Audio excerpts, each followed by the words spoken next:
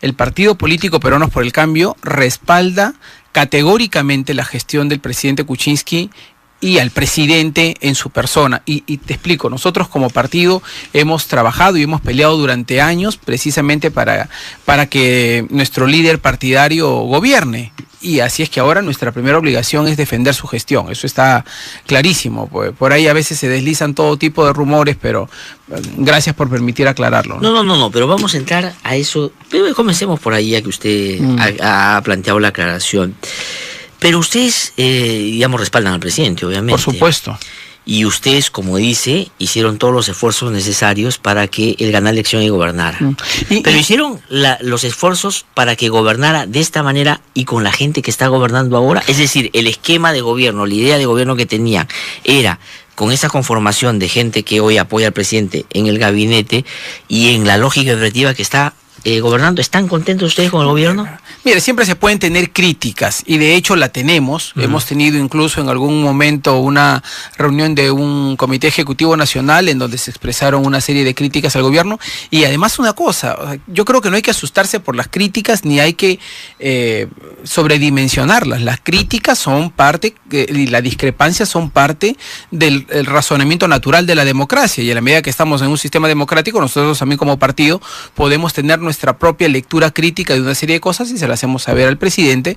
El presidente nos escucha, algunas cosas las aceptará y otras cosas obviamente no, porque él es quien tiene que decidir qué hacer y qué no hacer. Pero ¿cuál es la principal crítica que tiene el partido ahora al funcionamiento del gobierno? Yo diría que las principales críticas se las decimos en privado al presidente. O sea, la principal crítica probablemente sea que muchas veces deliberamos públicamente algunas cosas cuando deberían tener un canal interno. Y nos pasa en la bancada, hay que reconocerlo, y nos pasa también a veces en el partido. Sin embargo, yo creo que cada uno de los congresistas o cada uno de los dirigentes partidarios tiene todo el derecho a tener una opinión y tiene todo el derecho a discrepar con algunas decisiones de gobierno, pero lo que yo creo que a veces fastidia a los medios de comunicación y nos hace ver como muy desordenados es que estas críticas se exponen públicamente cuando deberían tener un canal interno de conversación y de definición. La política no solo, digamos, es el escenario de deliberación de los temas de interés público, sino es el escenario de representación. Y la gente que votó por Peruanos por el Cambio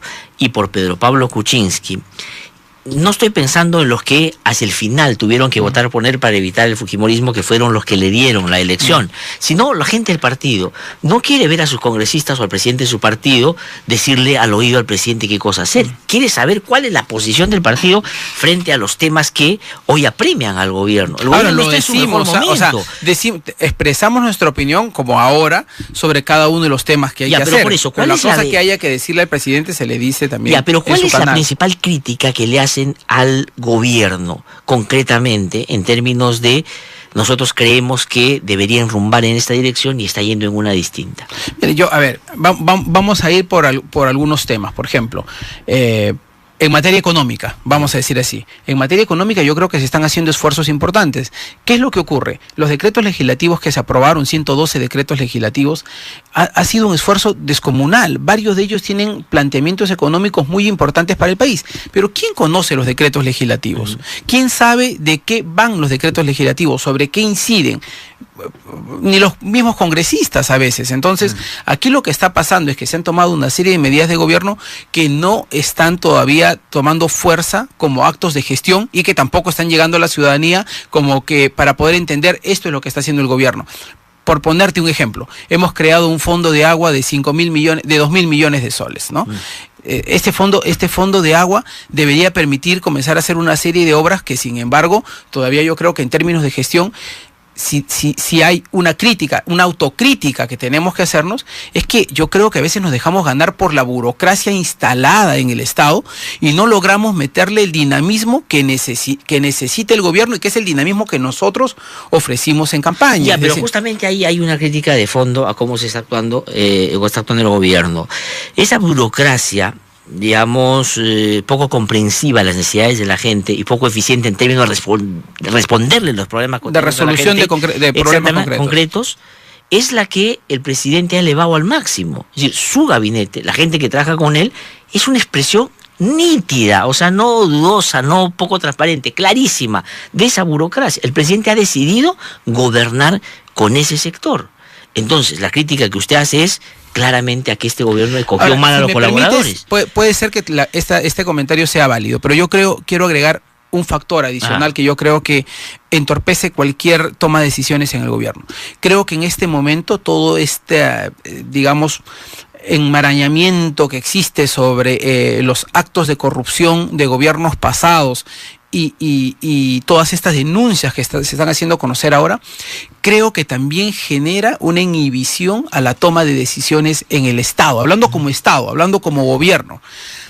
Creo que de todos los funcionarios en general, por el temor de seré procesado por un acto de corrupción, prefiero no tomar decisiones, prefiero no jugármela. Y ahí es donde nosotros decimos, oye, necesitamos funcionarios más comprometidos, necesitamos gente que sí esté dispuesta, que independientemente de las circunstancias, tenga la capacidad y la determinación de tomar una decisión apostando por la política general de este gobierno. No, yo creo que hay una, te he dicho, acabamos de sacar 112 decretos legislativos, se están reglamentando, se están trabajando una serie de cosas.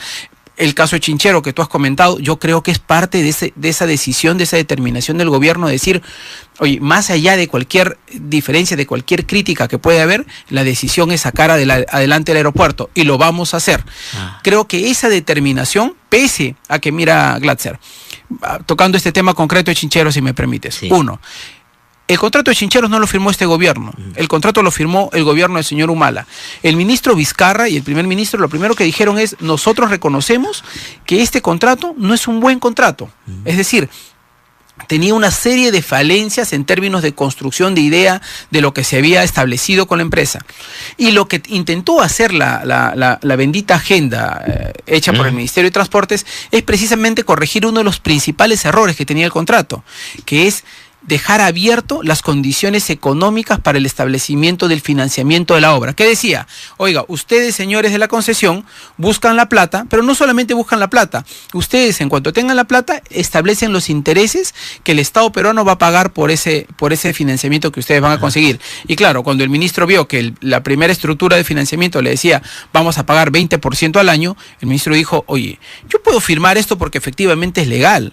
O sea, eso es lo que dice el contrato. O sea, yo podría firmarlo y no me meto en ningún lío, pero el gobierno decidió que no iba a permitir que la plata del Estado peruano, del pueblo peruano, terminase yéndose a pagar 500 millones adicionales en intereses. Entonces dijo, ¿sabes qué? Esto hay que cambiarlo. Y por eso se hizo la negociación de la bendita deuda, eliminando los intereses. Pero para no, digamos, hacer transitar a nuestros oyentes por una, digamos, por un camino que es bastante complejo en términos de todas las cosas que se han hecho en el camino. Entonces quiero preguntarle al presidente del Partido Peruano por el Cambio y al congresista Girio Violeta, ¿usted cree que entonces esta adenda que se ha firmado, que a decir de la Procuraduría Anticorrupción tiene una serie de elementos que ya no llaman solo a una discusión técnica en términos de si es que se distorsionó las APPs o no, si es que finalmente es una cuestión que debería llamarse ya estatal y no privada, es decir, sino que hay elementos donde puede haber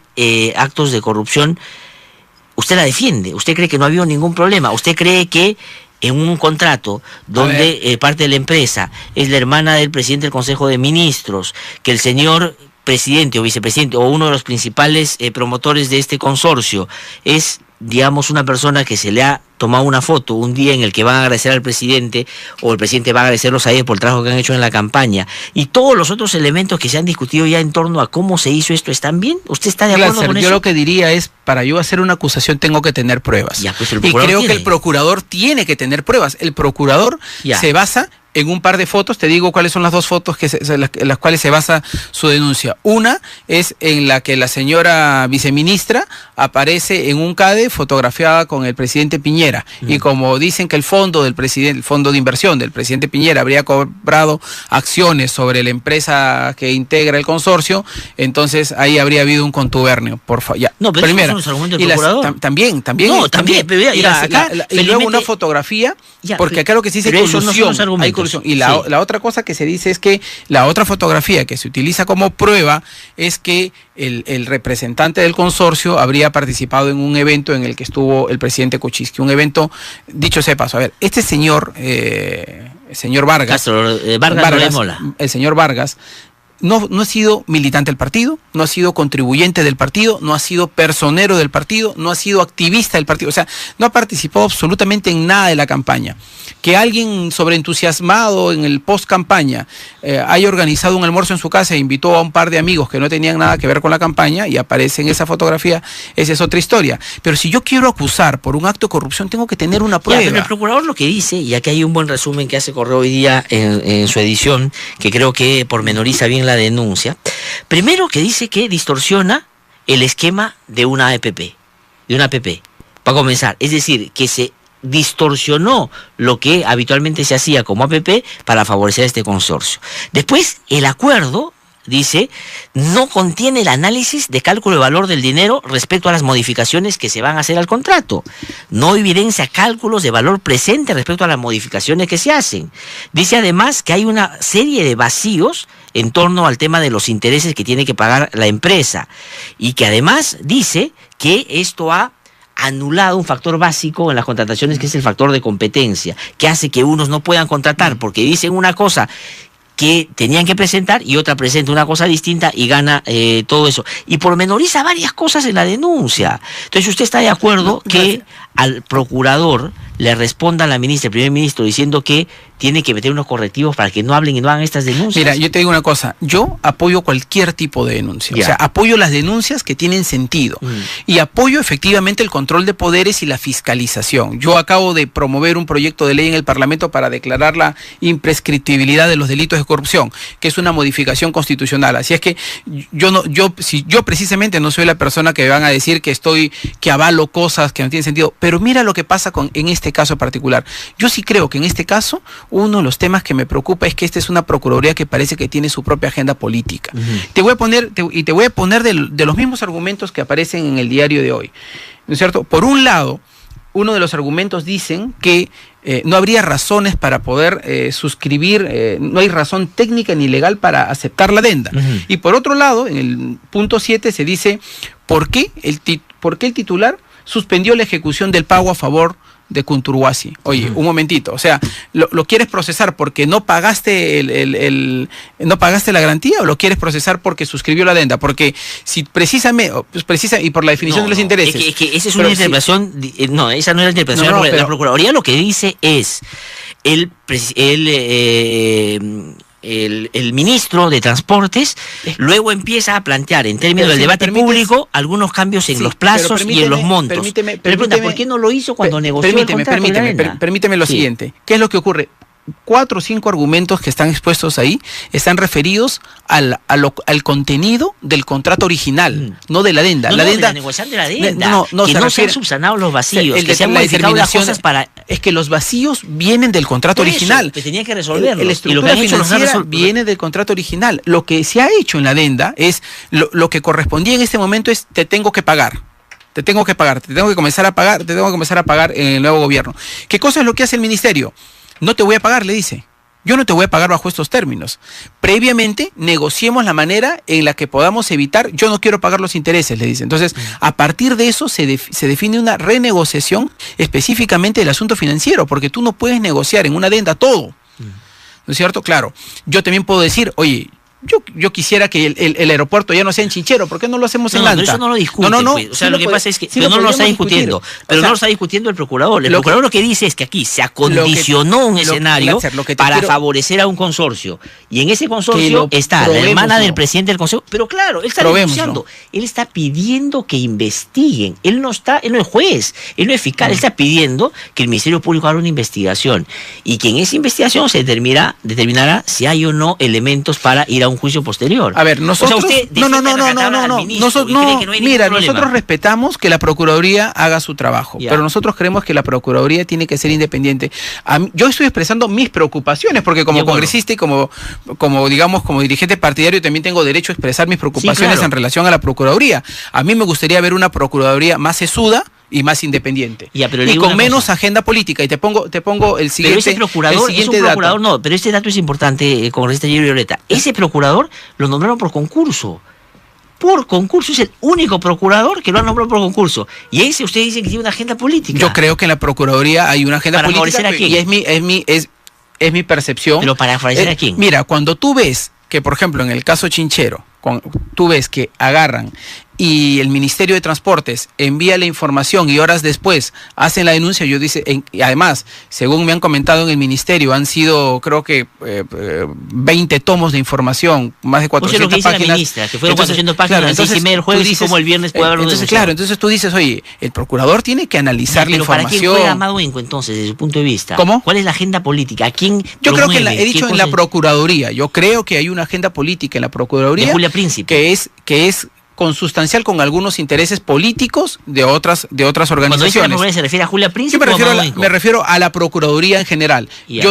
Yo no tengo tampoco pruebas para demostrar que el señor Enco pues responde a rajatabla a lo que le dice la señora Príncipe. Yo creo que en la Procuraduría se están cometiendo una serie de excesos. Cuando yo veo que al presidente Kuczynski se le formula denuncia basada en un reportaje puesto en internet desde Estados Unidos, donde se cruza información falsa sobre dos cosas, esa es la otra denuncia. Entonces a mí me parece, oye, aquí o están siendo exageradamente ligeros, exagerados, y pasársela de somos muy, ¿no es cierto?, muy proactivos y votamos esta denuncia de esta manera, o hay otros intereses puestos detrás de este. Pero a ver, yo le pregunto por esos otros intereses, congresista Giro Violeta, porque, digamos, usted no solo es digamos una persona que acaba de llegar a la política y que en fin se está enterando cómo se maneja. Usted ha hecho política del tiempo que yo lo conozco, hace más de 25 años o 20 años.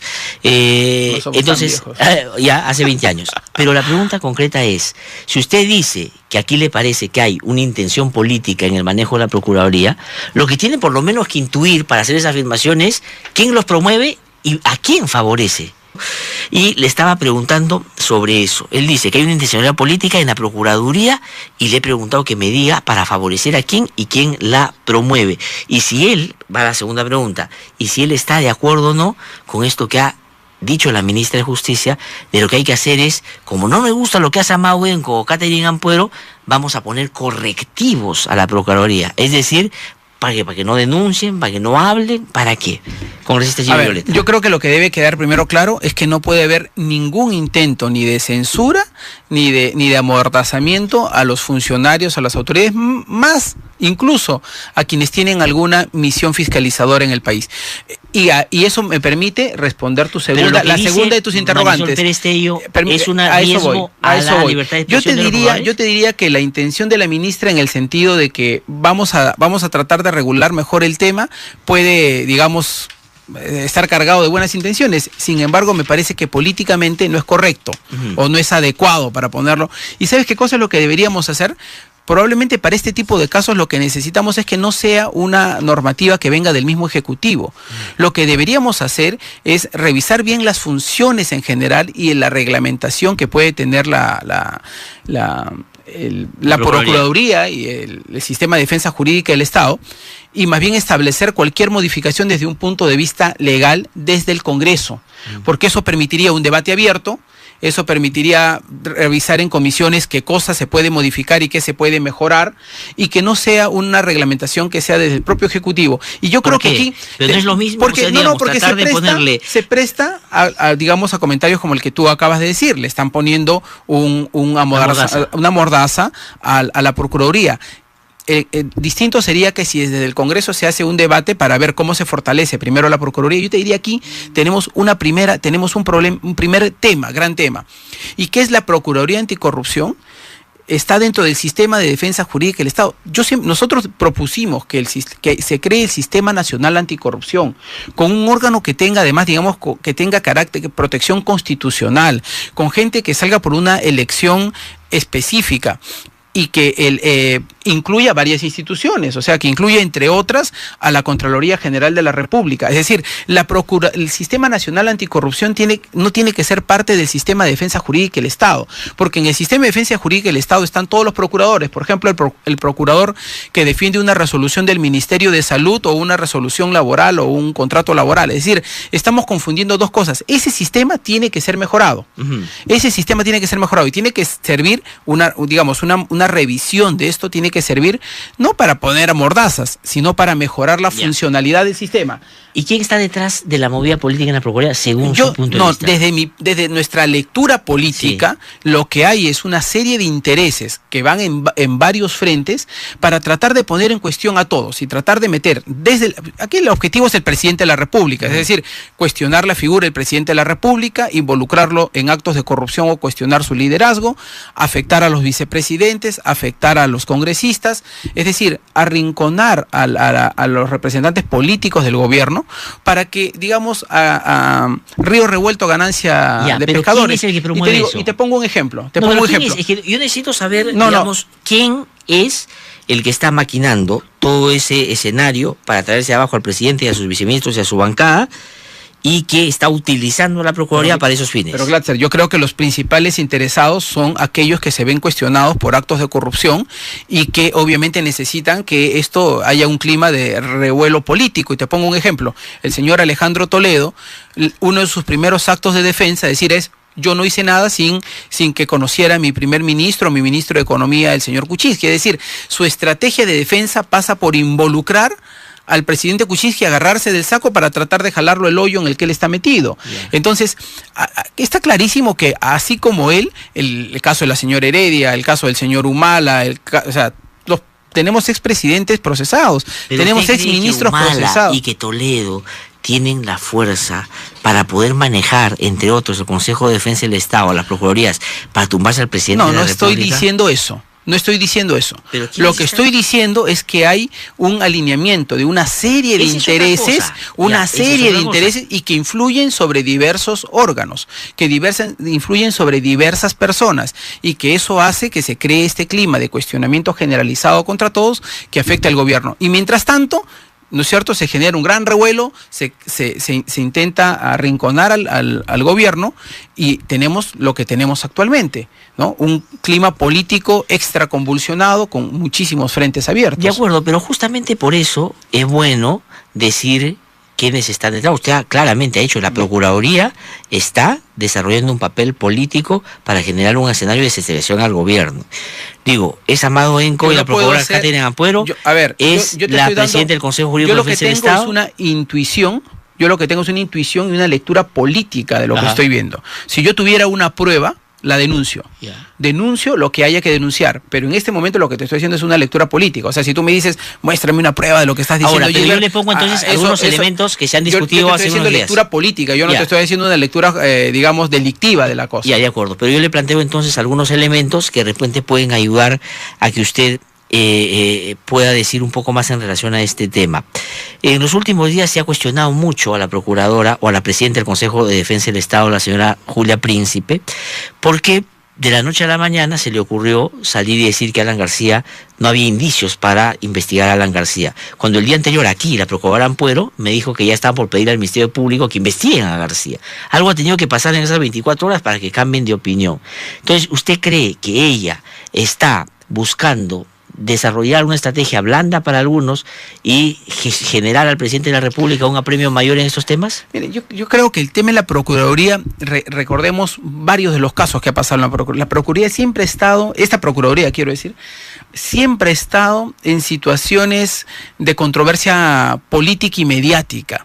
Yo creo que esta declaración de la Procuradora, de la señora Príncipe, por ejemplo, es un claro caso de estas cosas que parecieran tener mucha influencia política. O sea, que no parecieran estar muy ceñidos con el derecho y muy ceñidos con la función que ella tiene que desempeñar. Por eso digo que este conjunto de elementos nos hace pensar, y esto lo hemos conversado como partido político, nos hace pensar que aquí hay demasiado ruido político en el escenario, y este ruido político, además, con todos los actos de corrupción, está haciendo que mucha gente nerviosa intente utilizar sus influencias para generar mucha desestabilización. ¿Y usted cree que Julia Príncipe debería mantenerse el cargo o no? Yo no voy a opinar sobre eso porque creo que esa es una decisión que tiene que tomar la ministra. Pero yo con todo el respeto que le puedo tener a la señora Príncipe, y digo, yo tomo decisiones sobre la base de pruebas y hechos concretos que tengo. Yo particularmente hubiera hecho un concurso distinto y hubiera abierto de otra manera el nombramiento para los procuradores. Tú acabas de mencionar al señor Enco y respeto eso, que el señor Enco haya salido por un concurso. Creo que en general los procuradores tienen que salir por otra forma de designación que no sea el que ponga el ministro a dedo. Ya, pero entonces usted tendría que respaldar lo que hace el procurador Enco y no cuestionarlo por la consideración que acaba de esgrimir, que siendo él independiente, yo creo que la forma estuvo bien. Lo que ocurre es que creo que en este caso específicamente, que es lo que hemos estado opinando, yo no estoy cuestionando al señor Enco en su valía jurídica ni personal, estoy cuestionando en este caso específicamente que creo que ha habido una ligereza para promover una denuncia que yo creo que debería haberla hecho con un poco más de calma. Ya, son las 8:59 de la mañana y quiero preguntarle si es que las consideraciones que está haciendo en torno al caso Chinchero desvinculan o pretenden desvincular de alguna manera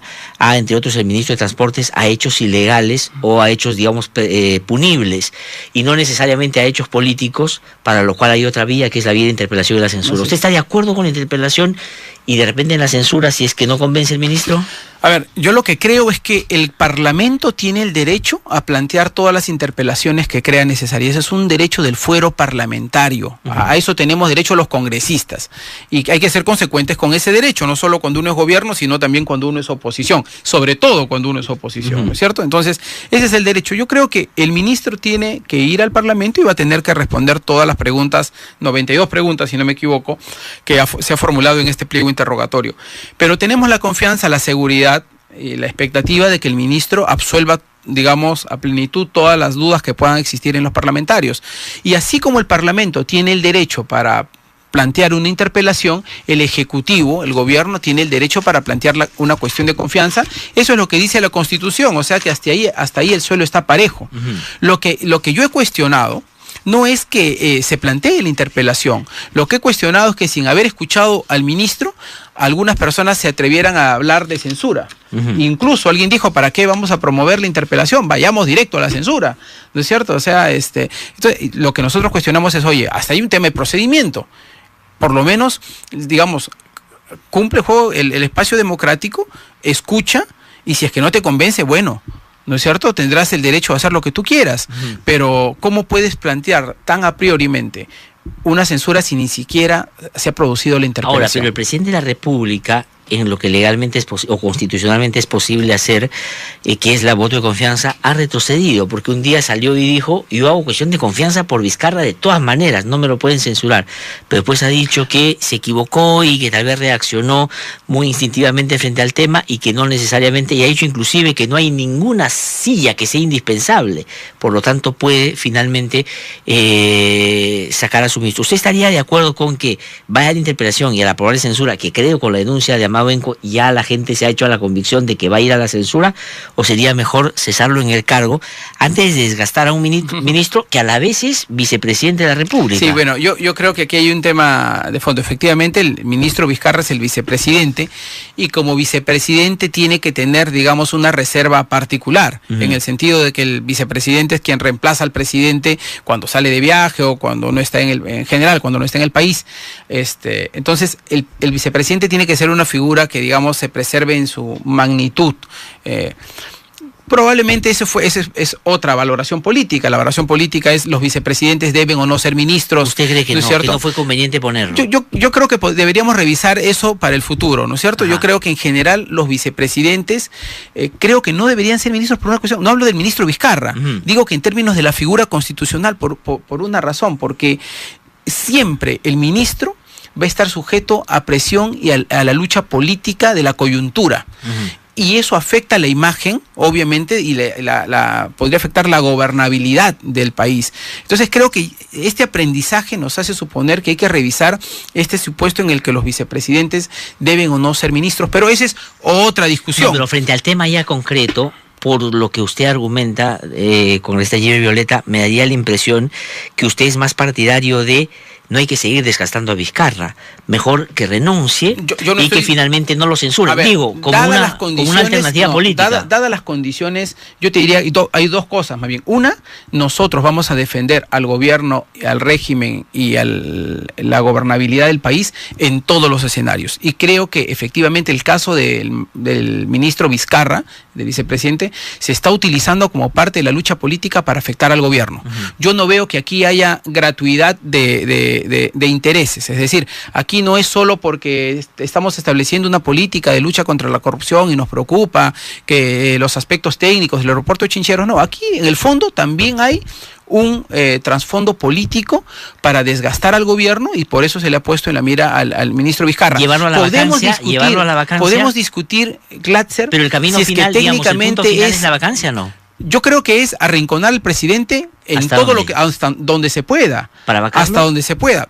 Yo creo que hay loquitos que pueden pensar que efectivamente pueden vacar al presidente. Yo creo que actualmente, como está, digamos, lo que hemos avanzado en el Perú y como está configurado en el mundo, pensar en situaciones como la vacancia debería ser inadmisible. O sea, no debería estar en ninguna de las cabezas justamente por ni de la clase política ni de los peruanos en general. Pero justamente por eso, para evitar eso, porque yo creo que van a censurar de todas maneras a Vizcarra, no veo que alguien empiece porque el ministro vaya y les diga cosas en el Congreso. Bueno, pero también hay muchos congresistas que ya dijeron que se han tirado para atrás y han dicho que no hablan de la censura, que hablan solamente de... Bueno, en fin, pero ¿no sería mejor buscar anular o renegociar el contrato y sacar al ministro antes de mandarlo, como hicieron con Saavedra, digamos, a una cuestión en la que va a terminar perdiendo?